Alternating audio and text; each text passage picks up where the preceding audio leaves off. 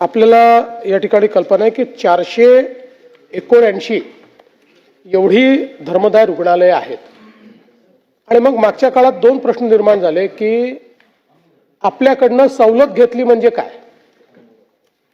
तर त्या संदर्भात मागच्या अधिवेशनात आपण कायद्यामध्ये सुधारणा करून सवलतीच्या संदर्भातली डेफिनेशन तयार केली। आतापर्यंत हे सगळे रुग्णालय हायकोर्टात असं सांगायचे की आम्ही सवलतच घेतलेली नाही। त्यामुळे काहींनी एक्सप्रेस सवलत घेतली होती, काहींनी इनडायरेक्ट सवलत घेतली होती। आता सवलतीची डेफिनेशन आपण तयार केली। त्या डेफिनेशन प्रमाणे आता जवळपास हे सगळे हॉस्पिटल जे आहेत हे आता आपल्या या धर्मदायच्या डेफिनेशन मध्ये ज्यांनी आपल्याला त्या खाटा द्यायच्या त्याच्या अंतर्गत ते आले। दुसरं आपण काय केलंय, पूर्वी हे लोक केवळ खर्च दाखवून द्यायचे पण करायचे की नाही माहिती नाही, बेड्स कुठले उपलब्ध होते माहिती नाही, आपल्याच लोकांना खर्च केला असं दाखवायचे। आता आपण त्याचा एक डॅशबोर्ड तयार केला डायनामिकली, ज्याचा उल्लेख आता राज्यमंत्री मोदयांनी केला की जो आपला आरोग्य दूत आहे तो आपलं कोऑर्डिनेशन करतो। आता आपल्या डॅशबोर्डवर कुठल्या रुग्णालयामध्ये किती खाटा आहेत या संदर्भातली माहिती आपल्याला त्या ठिकाणी उपलब्ध असते आणि त्यानुसार आपण पुढची कारवाई करू शकतो।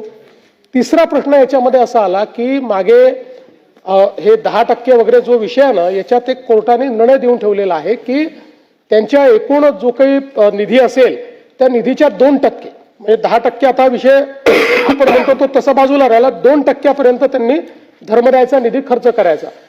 त्यातही असं लक्षात आलेलं आहे की ते 2% खर्च करताना राज्यमंत्री मोदयांनीच ते लक्षात आणून दिलं की काही बिलं लावून टाकतात, म्हणजे ते 2% संपल्यात असं सांगतात।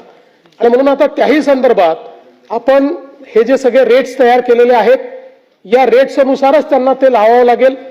आपण वाढीव रेट केले, म्हणजे सगळ्यांची हे होती की आम्ही लागू करत नाही कारण तुमचे रेट कमी आहेत, आपण रेट वाढवून दिले। त्यामुळे वाढीव रेट प्रमाणे त्यांना करावं लागेल। आणि आता एक अजून सूचना जी राज्यमंत्र्यांनी दिली ती चांगली आहे की बेस रेट हा प्रत्येकाला घोषित करावा लागेल, नाहीतर मग एका बेडचे 100 रुपयाच्या ऐवजी 500 रुपये दाखवायचे 2% संपले असं त्यांना करता येणार नाही। बेस रेट त्यांना कंपल्सरी आपण करतोय।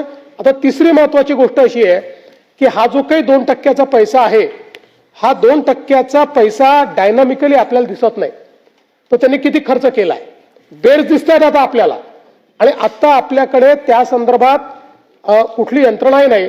त्यामुळे आमचा प्रयत्न आहे की याच अधिवेशनामध्ये आम्ही त्याही संदर्भात एक कायद्यामध्ये सुधारणा करतो आणि कायद्यामध्ये सुधारणा करून या सगळ्या रुग्णालयांना ते जे 2% पैसे जे हायकोर्टाने त्यांना खर्च करण्याकरता सांगितलेले त्या योजनेमध्ये ते 2% पैसेही आपल्या डॅशबोर्डवर दिसले पाहिजे, म्हणजे कोणाकडे किती पैसे शिल्लक आहेत, त्यांनी कुठल्या पेशंटवर पैसे खर्च केले आहेत, ही प्रत्येक गोष्ट आपल्याला त्या ठिकाणी माहिती कळेल। आणि जसं राज्यमंत्री मोदयांनी सांगितलं की आता हे सगळं जे इनिशियल म्हणजे हा 2%चा विषय बाजूला, बाकी सगळ्या विषयाच्या संदर्भात ते माननीय उच्च न्यायालयाकडे गेले होते। माननीय उच्च न्यायालयाने आता पुन्हा विधी व न्याय विभागाला त्यांची सुनावणी घ्यायला सांगितलेली आहे, ती सुनावणी चाललेली आहे। शासनाचं मत असं आहे की आपण जो काही अमेंडमेंट केलाय त्या अमेंडमेंटमुळे ते या सगळ्या अखत्यारीत येतात, पण विधी व न्याय विभाग त्यांचं म्हणणं ऐकून घेईल आणि मग जो योग्य आहे तो कायदेशीर निर्णय घेईल। पण राज्य सरकारचं स्पष्टपणे मत आहे की जेवढे धर्मदाय रुग्णालय आहेत त्यांनी पारदर्शीपणे केंद्र सरकारची योजना राज्य सरकारची योजना लागू केलीच पाहिजे। त्यासोबत राखीव बेड जे आहेत किंवा राखीव निधी जो आहे याचा ट्रान्सपरंट पद्धतीनं विनियोग केलाच पाहिजे।